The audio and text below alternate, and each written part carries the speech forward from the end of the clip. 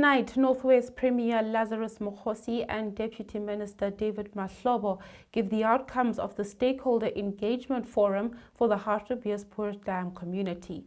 And with racial tensions affecting communities around the Hartebeesport Dam, we see how MEC Lenkopane, together with the Northwest University, are working to find a solution. Also tonight, official fuel price adjustments have been made, how those prices are looking coming up.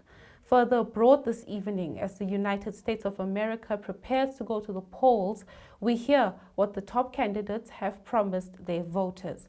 In the sports news, the South African Football Association suspends 3 match officials, who they are and why they've been suspended, coming up. Good evening and welcome to PNW TV News. I'm Boitumelo Monare. First tonight, Water and Sanitation Deputy Minister David Mahlobo, together with Northwest Premier Lazarus Mokgosi, briefed the media on the outcomes of the Stakeholder Engagement Forum in Hartebeesport Dam. Let's take a look. You observed, firstly, the meeting generated a lot of interest. And its purpose was to formally launch the multi-stakeholder forum to deal with the challenges we have experienced under the guidance of the Premier and the Minister of Water and Sanitation, Minister Mahlobo, that I'm representing her here. And our meeting was very, very successful because it was able to generate a number of issues and we allowed people to speak freely without limitations. We can then deduce that the issue of racism is a global problem. The issue of tribalism, regionalism is a global problem, and various communities, they struggle on how to manage that particular issue. In the very same vein, there are elements of racism in as much as we've made progress on the integration of this community. Therefore, we've agreed to work with them under this current structure. The current structure will focus on about 7 issues. One of the main issues that brought us here is that there is an important dam, the Hartebeesport Dam. The access to economic opportunities that are derived in the dam is an area of work that we said we'll look at it.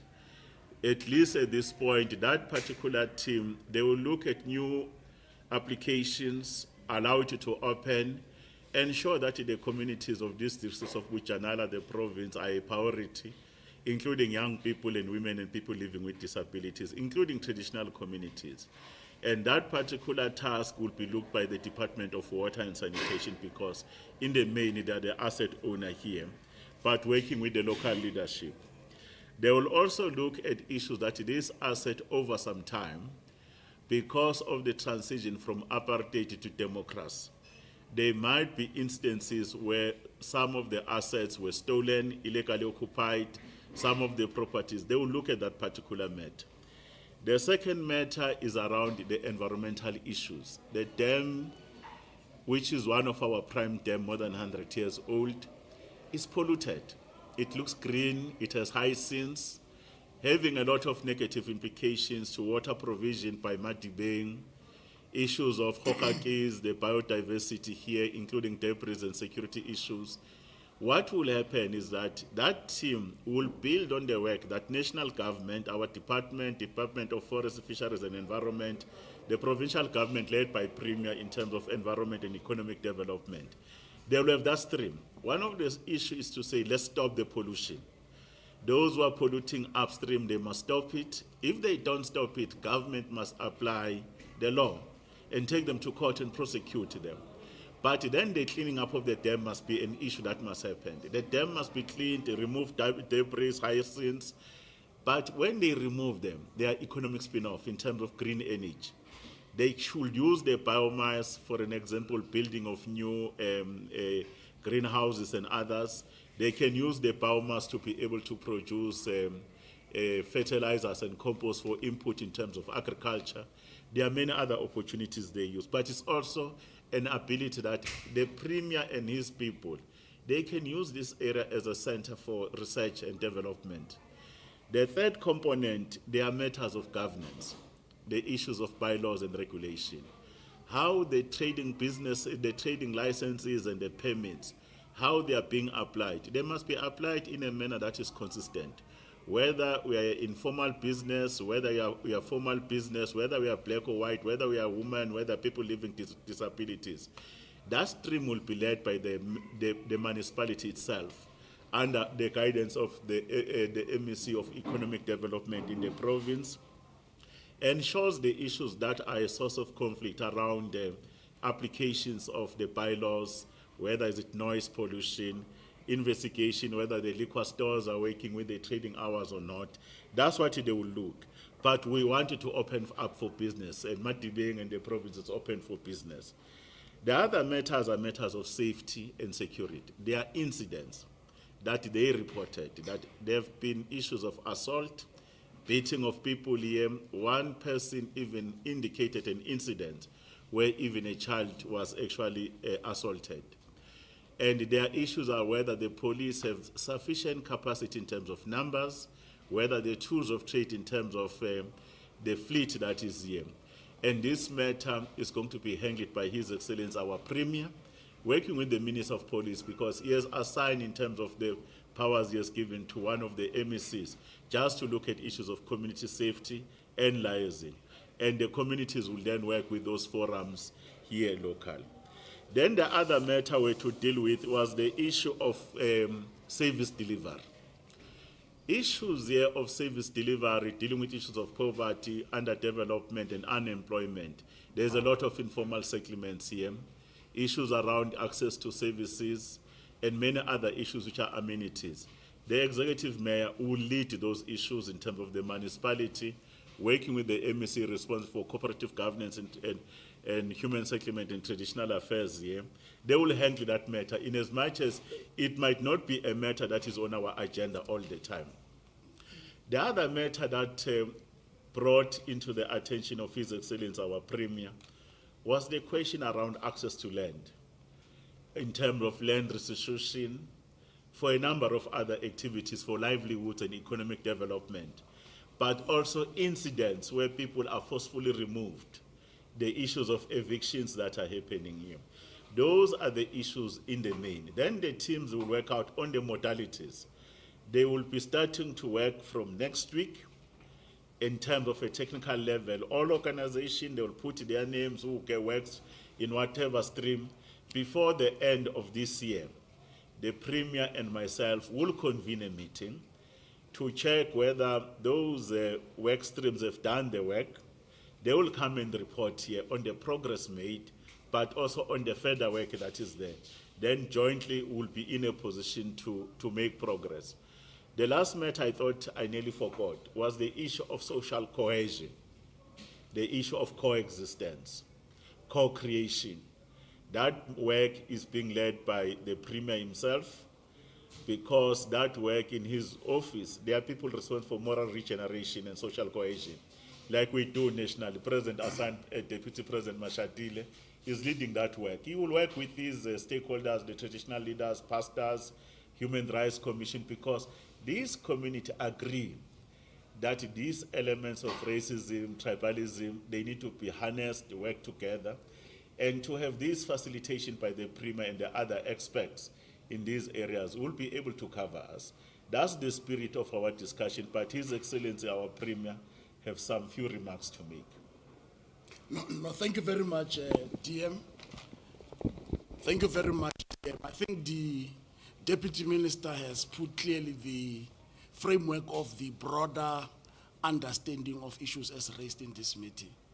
We have agreed that this is going to be managed by the Office of the Minister and myself, including the Executive Mayor. We have agreed on a particular timeline, and we agreed on work streams. How are they going to be constituted? How are they going to meet the issues that relates to purpose and content, including problem statement, so that they are able to put more focus on their work. And it's important that we should say the meeting was successful. All stakeholders present here, they made a commitment. And from an administrative side also there is a commitment. Politically we have made a commitment that we are going to come back here before end of the year so that we are able to give progress report. But we believe that with the cooperation of the community, because I think at the center of everything here is economic opportunities. Others want to maintain status quo, others want a change. And therefore it is a responsibility of government to ensure that we harness the relationship, we ensure that those who are able to have access to the dam economy are being protected, and we believe that this is possible. Now, MEC Lenkopane is collaborating with the Northwest University in an effort to find a permanent solution to the issues surrounding the Hartebeesport Dam. Now, initially, the Northwest University was commissioned with scientifically investigating the root cause of violence affecting the communities surrounding the dam. The MEC has now expanded the scope for the scientific inquiry to research possible economic opportunities which could benefit the people of the Northwest Province equally. The outbreak of violence in September has been characterized as racial tension, while some have characterized the altercations as a scramble for economic opportunities and participation. The department has already collected some data, and several business people around the Hartebeesport Dam have been interviewed. The preliminary investigations will not be released until the Northwest University concludes its report. Now with that, let's get the international news.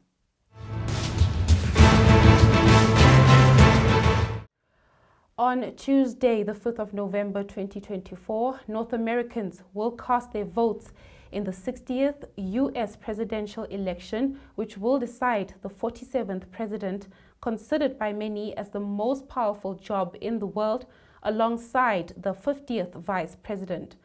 Now, all 435 seats in the House of Representatives are up for grabs, along with the 34 of the 100 seats in the Senate, which altogether will decide the membership of the 119th Congress.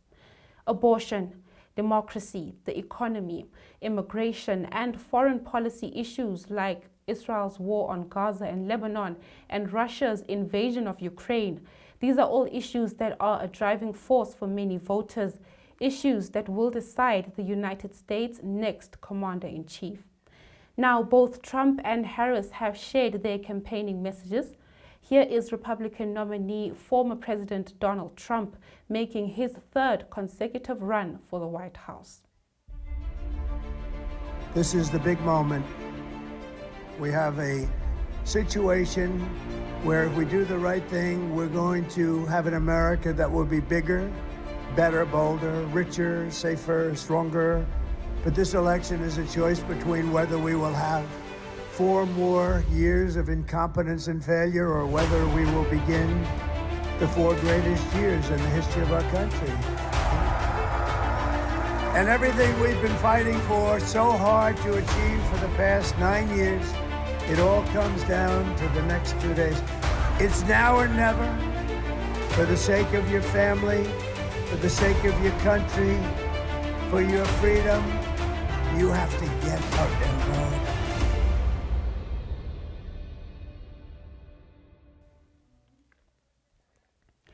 Next, we have current Vice President Kamala Harris, who won the Democratic Party's nomination. This is after President Joe Biden ended his re-election bid. Come here, Hannah. Shake my hand. How you doing? Good. And bring everybody back together. And that's exactly how I feel. That's what I'm doing, man. Okay, you have to stay in touch with me, okay? I would I'm love very to. serious about that. Love to. Okay. Throughout this campaign, I've seen the best of America, and I've seen what is holding you back and weighing you down. High costs, fundamental rights taken away, and politics that have driven fear and division. You deserve better. As president, I'll bring a new generation of leadership. I'll take on price gouging and bring down the cost of groceries and housing and prescriptions. I'll fight for your freedom to make your own choices, and I will protect your health care and your benefits, not take them away. The vast majority of people in our country have so much more in common than what separates them. Good people, hardworking people. We see in our fellow Americans, neighbors, not enemies. We believe in each other. We believe in our country. We're not falling for these folks who are trying to divide us. Together, we'll build a brighter future for our nation, where we stand for freedom, we stand for justice, we stand for the dignity of work. We haven't yet quite reached all of those ideals, but we will die trying because we love our country. Now, the baton is in our hands. I pledge to seek common sense solutions to make your life better. And I pledge to be a president for all Americans. Now I'm asking for your vote, because as president, I will get up every day and fight for the American people. I'm Kamala Harris, and I approve this message. And we will be monitoring those results very closely. But for now, let's get the business news.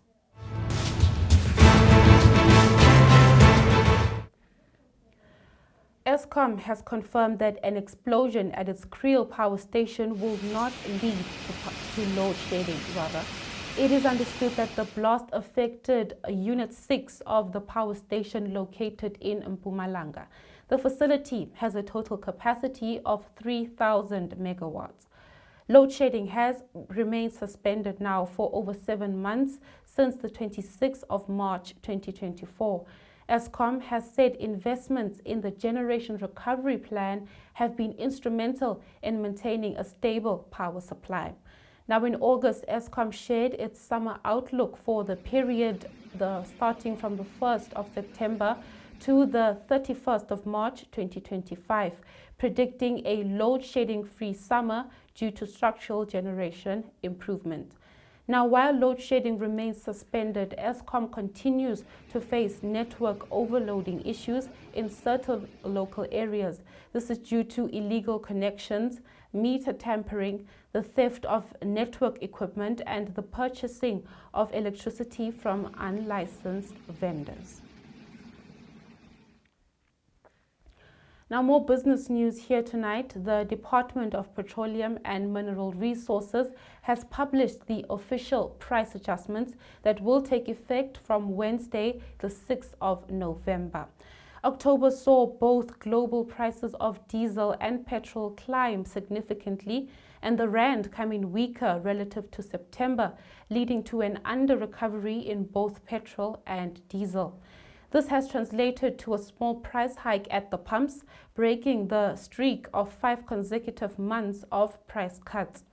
Prices will be going up by 25 cents per litre for petrol and between 20 and 21 cents per litre for diesel. And with that, it's now time for the sports news.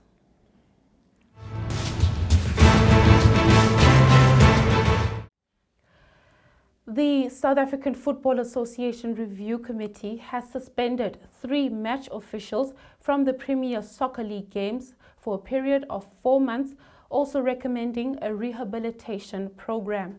This follows an incorrect call by referee Vela Piscelo alongside his assistant Janki Dlamini and 4th official Tsidiso Maruping. The call was made during the Motsepe Foundation Championship clash between Casric Stars and Venda FC last month.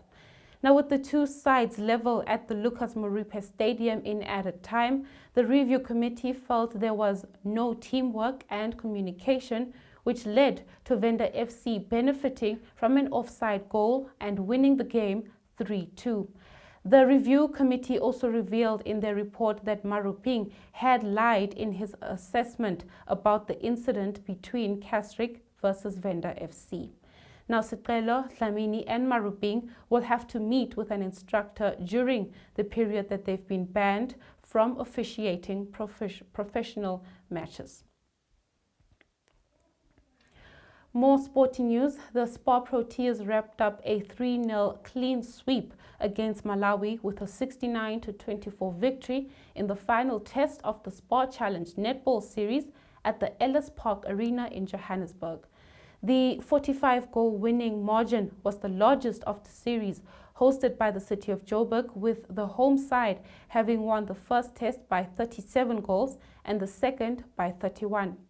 Now, South Africa's Elmire van den Berg was named the tournament's best shooter, while Carla Pretorius won the best defender.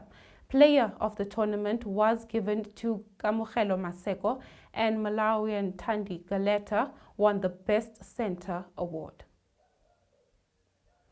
Now that's where we'll end tonight's program from me and the team. Thanks so much for watching. We'll see you right back here tomorrow. Bye-bye.